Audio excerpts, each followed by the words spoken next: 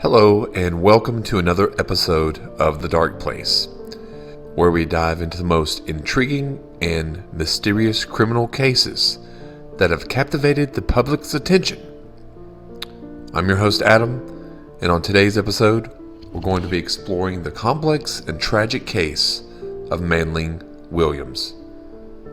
But before we do, please go to all of our social media pages, that is the Spotify, YouTube, TikTok, Instagram, and Facebook, The Other People's Show. Manling Williams was born on July 8, 1979, in Taiwan. She later moved to the United States with her family. Now, not much is known about her early childhood, except that when she was younger, it is reported that she was unloved and unwanted as a child. When she was older, after graduation, she eventually settled in Rowland Heights, California, where Manning met her future husband, Neil Williams, in high school. And soon thereafter, they began dating. In August 2007, the quiet community of Rowland Heights, California, was shaken by a horrifying crime that would leave the residents in shock. Manling Williams, a 27-year-old woman, was arrested for the brutal murders of her husband, Neil, and their two young sons, Ian and Devin. Now, the Williams family seemed like a picture-perfect family, loving, caring, and always wanting to be around one another. But beneath the surface, there were secrets and tensions that ultimately led to this gruesome tragedy. So, let's talk a little bit about the dating of Neil and Manling Williams. They dated for a little while after high school, and they got married right after she became pregnant with her first child, Ian. A few years later, they had their second child, Devin, and everything seemed to be picture perfect from the outside looking in. Not much is known about Neil Williams, other than that he did try and provide for his family, but was very unsuccessful and ended up becoming a stay-at-home dad in the end.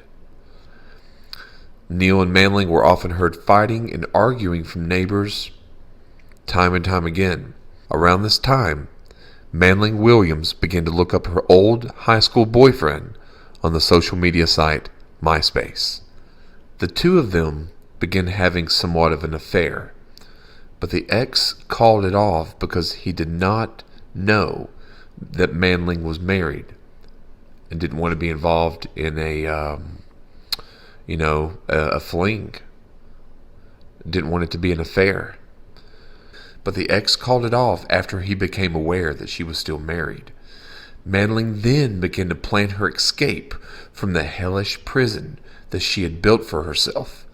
She felt that she was somewhat forced into marriage due to her pregnancy, and the man that she was with wasn't a good fit, wasn't a good provider, and she wanted more out of life.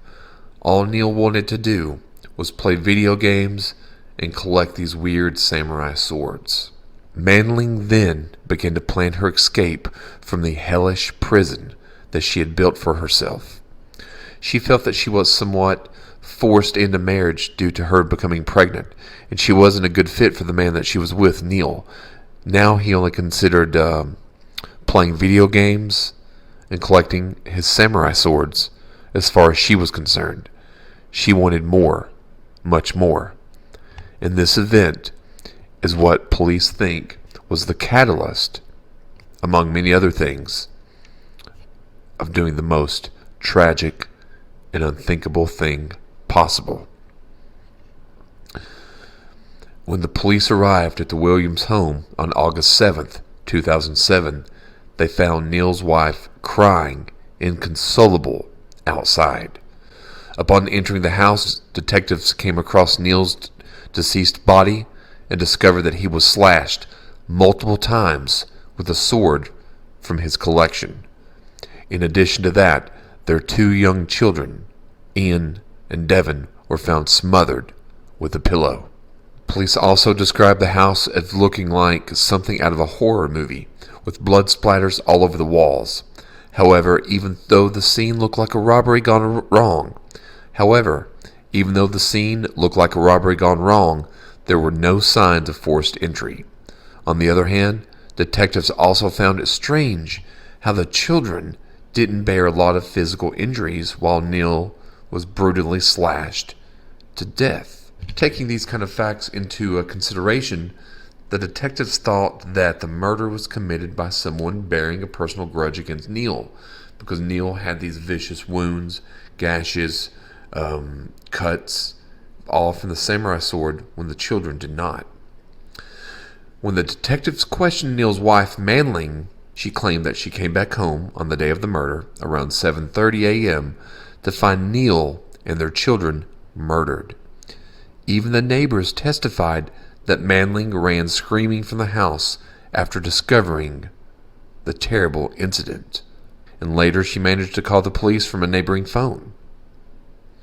Besides, Manling also insisted on her innocence and mentioned that she had nothing to do with the murder, which seemed somewhat odd considering the circumstances. With no evidence against Manling Williams, the police began to look elsewhere, but everywhere they looked was met with a dead end. Neil was an extremely well-mannered individual who maintained a friendly relationship with most people in the community. Moreover, people spoke volumes about Neil's kindness, his tender-heartedness, and it seemed unlikely that such a person that he would have any enemy cruel enough to stoop to murder. Besides being a stay-at-home father, he also didn't have many other connections, so it was easy for the police to strike names off of the suspect list. However, in a sudden stroke of luck, the police got a massive breakthrough when they learned that Manling was involved in an extramarital affair. Through their investigation, the authorities discovered that Manling had reconnected with an old friend over the internet, which happened to be MySpace, and she had even expressed an interest in dating him. Although John Gregory, which was the man in question, did not want anything to do with Manling until she got divorced, reports suggested that Neil's wife seemed pretty adamant about her wants. She was not going to give up. Interestingly, when the detectives finally got around to questioning John, he initially denied the affair. Nevertheless, his conscience got the best of him, and Gregory finally told the police how Manling had reached out to him and tried to start an affair. As per the authorities, the extramarital affair gave Manling the motive for the murder. Thus, the police wasted no time arresting and charging her for the crime. As the investigators delved into the case, they discovered a web of deceit and betrayal. Manling had been involved in the extramarital affair and had financial problems that were plaguing her and her family since she was the breadwinner and Neil was a stay-at-home dad. The motive for the murders became a complex puzzle that investigators worked tirelessly to piece together. The trial that followed was a riveting courtroom drama, with the prosecution painting Manling Williams as a cold-blooded killer, driven by greed and a desire for a new life. The defense, on the other hand, presented a different narrative, highlighting Manling's troubled past and claiming that she had suffered emotional and psychological abuse, not only when she was younger, but also by the hands and mouth of Neil Williams. In 2010, Manling Williams was found guilty of first-degree murder of the death of her husband and children. The jury recommended the death penalty, and in 2012, she was sentenced to death. The case raised questions about the impact of emotional and psychological abuse on the criminal behavior and left many wondering about the fine line between justice and mercy. The crime scene painted a horrifying picture, and the investigation revealed the tragic events that unfolded within the Williams family home. Manling Williams was one of the only females of the last few years to be sentenced to death in the state of California. The Manling Williams case remains a haunting chapter in the annals of true crime.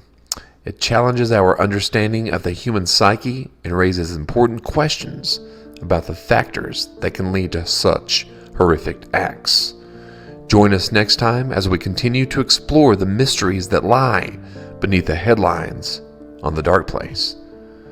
Thank you once again for tuning in to The Dark Place. If you have a case you'd like me to cover or any feedback, please reach out on the social medias that are Facebook, YouTube, Spotify, TikTok, or Instagram, The Other People Show. Don't forget to subscribe, rate, and leave a review. Until next time, stay curious, stay safe, and stay vigilant. Have a good night.